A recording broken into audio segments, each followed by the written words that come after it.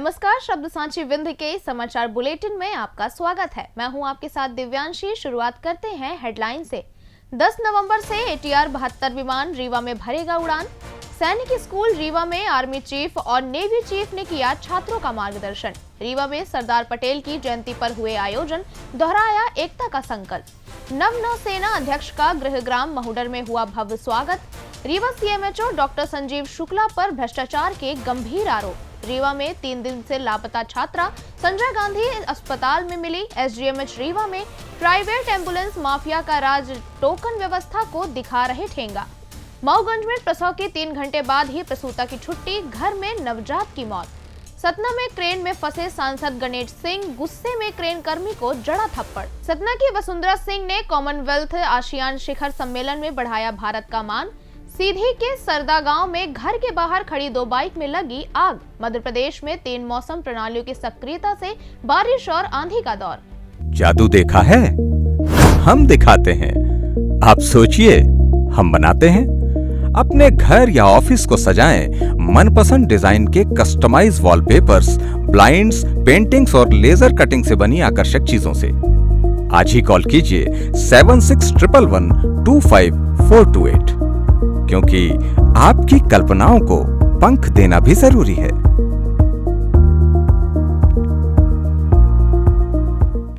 अब खबरें विस्तार से। रीवा एयरपोर्ट से 10 नवंबर को पहली बार 72 सीटर ATR विमान उड़ान भरेगा। प्रदेश के उप मुख्यमंत्री राजेंद्र शुक्ला ने इस अवसर पर केंद्रीय नागरिक उड्डयन मंत्री को आमंत्रित किया है। शुक्ला ने सतना जिले के महुडर में एक सभा को संबोधित करते हुए बताया कि दिल्ली और इंदौर के लिए सीधी हवाई सेवा शुरू हो जाएगी, जिससे विंध्यवासियों का सफर आसान और तेज होगा। बता दें कि हाल ही में रीवा एयरपोर्ट पर ATR 72 विमान का सफल ट्रायल हो चुका है, जहां रीवा के ही पायलट राघव मिश्रा ने लैंडिंग और टेक ऑफ कराया था।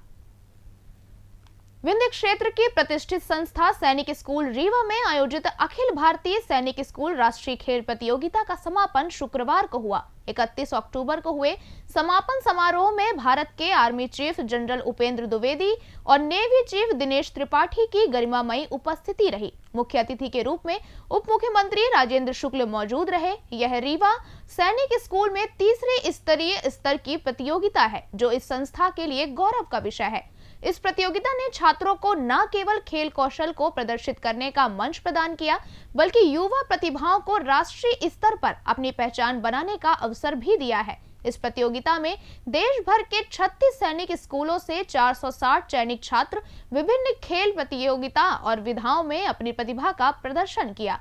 रीवा सैनिक स्कूल की ओर से 4 विद्यार्थी इस प्रतियोगिता में शामिल हुए, जिनमें 3 बालिकाएं और 1 बालक शामिल रहे। समापन समारोह में army chief general Upendra Dwivedi और नेवी चीफ दिनेश त्रिपाठी ने छात्रों का मार्गदर्शन किया। इस विद्यालय द्वारा दी गई जीवन मूल्यों ने सदैव मेरा मार्गदर्शन किया है। रीवा के आम नागरिक, आपकी तपस्या और सादगी हमेशा मेरी प्रेरणा रहेगी। आपका आशीष आगे बढ़ाते रहेंगे।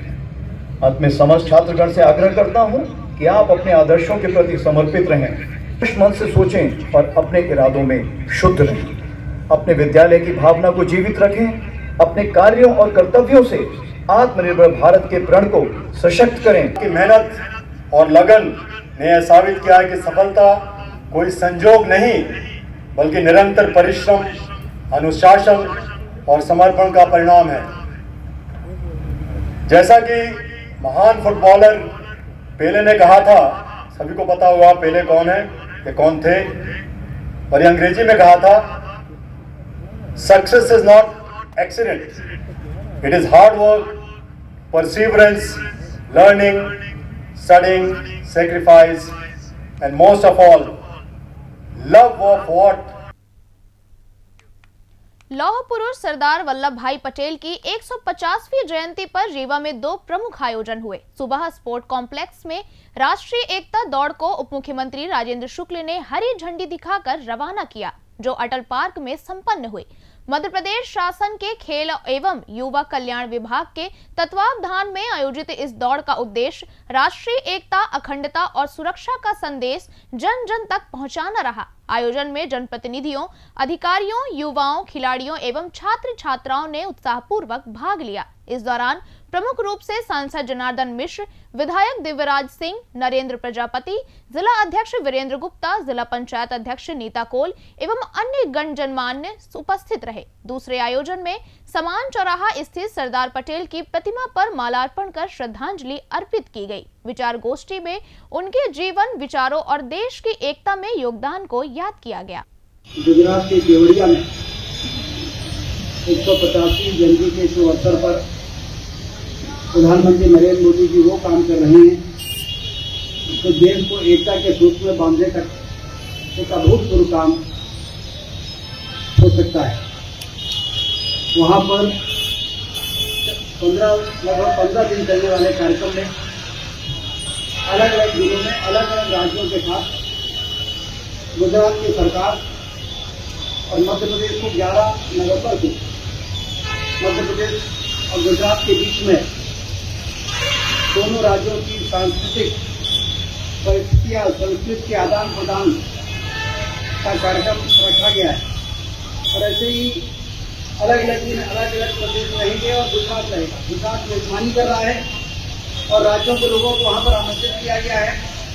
वहाँ पर सांस्कृतिक कार्यक्रम और मध्य प्रदेश की क्या संस्कृति है और गुजरात की क्या संस्कृति है उसका प्रदर्शन, और इसी प्रकार से अलग अलग राज्यों के साथ कि देश को एकता के सूत्र में बांधने का वो काम होगा जो संदेश सरदार वल्लभ भाई पटेल जी ने इस देश को देकर विरासत में हमको एक बहुत बड़ी धरोहर दी।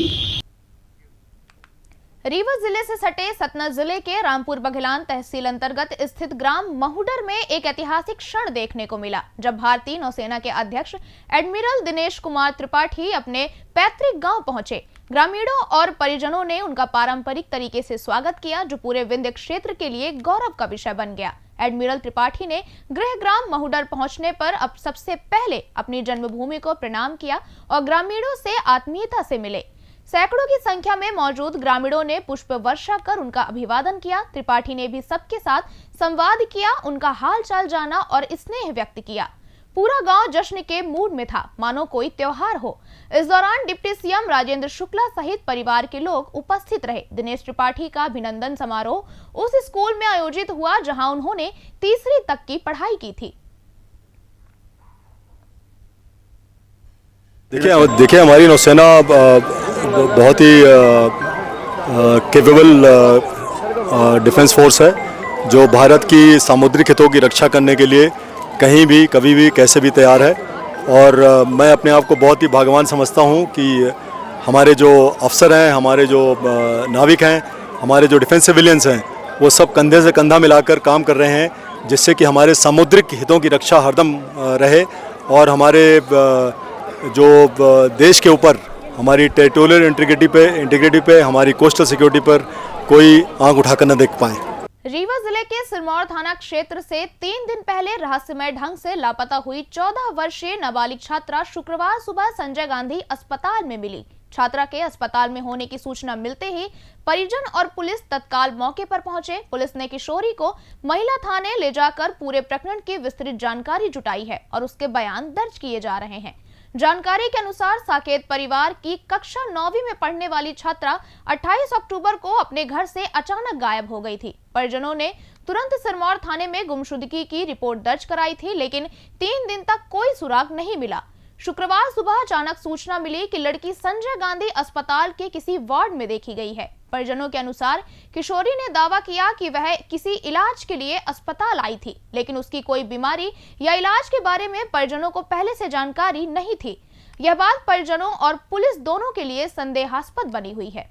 रीवा जिले में स्वास्थ्य विभाग में बड़े पैमाने पर अनियमितताएं और भ्रष्टाचार का सनसनीखेज मामला सामने आया है। जिले के सीएमएचओ डॉक्टर संजीव शुक्ला पर प्राइवेट क्लिनिकों के अवैध पंजीयन, आउटसोर्स कर्मचारियों की मनमानी भर्ती, चिकित्सा स्टाफ की नियम विरुद्ध नियुक्ति, दवा उपकरण खरीदी में नियमों का उल्लंघन और सीआरएम भ्रमण की, बजट की बंदरबाट जैसे गंभीर आरोप लगे हैं। इस मामले में विधायक नागेंद्र सिंह ने मुख्यमंत्री को पत्र लिखकर उच्च स्तरीय जांच की मांग की है। विधायक ने अपने पत्र में बताया कि यह शिकायत जनपद सदस्य एवं समाजसेवी रमाकांत त्रिपाठी द्वारा दी गई है, जिसमें डॉक्टर शुक्ला की कथित अनियमितताओं का बिंदुवार विस्तृत विवरण संलग्न है। पत्र के अनुसार ये आरोप तथ्यपरक है और व्यापक जनहित से जुड़े हुए हैं। विधायक ने सीएम से आग्रह किया है कि डॉक्टर संजीव शुक्ला के खिलाफ तत्काल उच्च स्तरीय जांच कराई जाए ताकि स्वास्थ्य सेवाओं में पारदर्शिता बनी रहे। रीवा संभाग के सबसे बड़े शासकीय अस्पताल संजय गांधी मेमोरियल हॉस्पिटल में प्राइवेट एम्बुलेंस चालकों का खुलेआम दबदबा अस्पताल प्रशासन की व्यवस्था को खुली चुनौती दे रहा है। अस्पताल में एम्बुलेंस सेवाओं के लिए टोकन व्यवस्था लागू होने के बावजूद प्राइवेट एम्बुलेंस वाले बाहर डेरा जमाए रहते हैं और स्ट्रेचर पर लाए जा रहे मरीजों को सीधे हॉस्पिटल गेट के बाहर से अपनी गाड़ियों में लेकर निकल जाते हैं, जो नियमों का सीधा उल्लंघन है।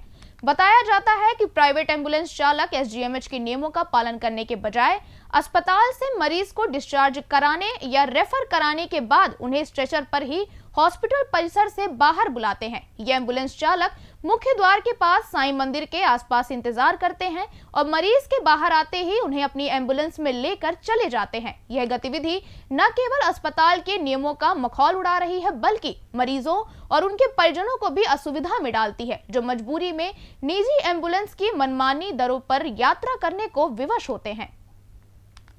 मऊगंज जिले में उपचार में लापरवाही का हैरान करने वाला मामला सामने आया है। आरोप है कि मऊगंज के सिविल अस्पताल में प्रसव के महज 3 घंटे बाद ही प्रसूता को छुट्टी देकर घर भेज दिया गया और घर पहुंचने के बाद ही नवजात की मौत हो जाती है। तो वहीं प्रसूता को आनन फानन में एक बार फिर मऊगंज सिविल अस्पताल लाया गया, जहां से उसे अब रीवा रेफर किया गया है। इधर आरोप यह है कि निःशुल्क सेवा देने वाली 108 एम्बुलेंस के चालक ने भी प्रसूता को घर छोड़ने के एवज में 500 रुपए का किराया भी वसूला है। घटना के संबंध में प्रसूता के पति दीपक सोंधिया ने बताया कि 26 अक्टूबर को प्रसव पीड़ा होने पर शोभा सोंधिया को सिविल अस्पताल लाया गया, जहां उसके साथ उपचार में लापरवाही बरती गई है। संविधान दिवस के अवसर पर सतना शहर के सिमरिया चौक में उस समय हड़कंप मच गया जब एक बड़े हादसे में स्थानीय सांसद गणेश सिंह बाल बाल बच गए। दरअसल संविधान दिवस के अवसर पर आयोजित रन फॉर यूनिटी कार्यक्रम के बाद सांसद गणेश सिंह सिमरिया चौक पर स्थित डॉक्टर भीमराव अंबेडकर की प्रतिमा पर पुष्प अर्पित करने पहुंचे। यहां क्रेन के हाइड्रोलिक बॉक्स में चढ़कर अंबेडकर प्रतिमा पर मालार्पण किया। इसके बाद नीचे आते समय मशीन अचानक झटके से बीच में ही रुक गई। सांसद कुछ देर हवा में ही लटके रहे। इस अप्रत्याशित घटना से मौके पर मौजूद लोग दहशत में आ गए। हालांकि सांसद को गंभीर चोटें नहीं आई हैं, लेकिन घटना के बाद उनका गुस्सा फूट पड़ा। मलेशिया की राजधानी में आयोजित कॉमनवेल्थ आसियान शिखर सम्मेलन 2025 में सतना जिले की युवा शोधार्थी वसुंधरा सिंह ने भारत का प्रतिनिधित्व किया। अखिल भारतीय विद्यार्थी परिषद की केंद्रीय कार्य समिति सदस्य वसुंधरा ने शिक्षा, प्रौद्योगिकी, व्यापार और सतत विकास पर चर्चाओं में सक्रिय भूमिका निभाई। भारत की डिजिटल प्रगति, यूपीआई और डिजिटल इंडिया की सफलताओं को वैश्विक मंच पर उजागर किया। सम्मेलन के दौरान उन्होंने राज्यसभा सांसद मिलिंद देवड़ा, मलेशियाई सीनेटर दातो सिवाराज और भारतीय उप उच्चायुक्त से भेंट की। सीधी जिले के रामपुर नैकिन थाना क्षेत्र के सरदा गांव में शुक्रवार दोपहर 2 बाइक में आग लग गई। इस घटना में गांव निवासी भूपेंद्र लोनिया के घर के बाहर खड़ी दोनों बाइकें पूरी तरह जलकर खाक हो गई। पुलिस ने अज्ञात कारणों से आग लगने का मामला दर्ज कर जांच शुरू कर दी है।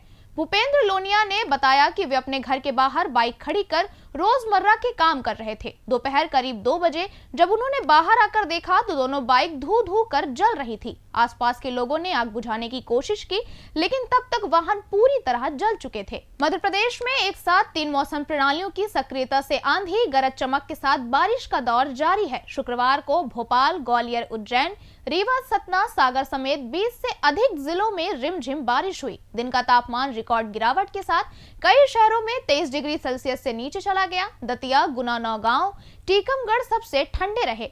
मौसम विभाग ने कई जिलों में बारिश का अलर्ट जारी किया है। वहीं बारिश के चलते खेतों में खराब हुई फसल के लिए किसान मुआवजे की मांग कर रहे हैं। इसी के साथ ये समाचार बुलेटिन समाप्त हुआ। कल फिर मिलेंगे नई खबरों के साथ। जुड़े रहिए शब्द सांची विंध्य से, और विंध्य से जुड़ी तमाम खबरों के लिए हमारे चैनल को सब्सक्राइब कर दें। अपने आसपास की खबरें हम तक पहुंचाने के लिए स्क्रीन पर दिए गए नंबर पर आप संपर्क भी कर सकते हैं। धन्यवाद।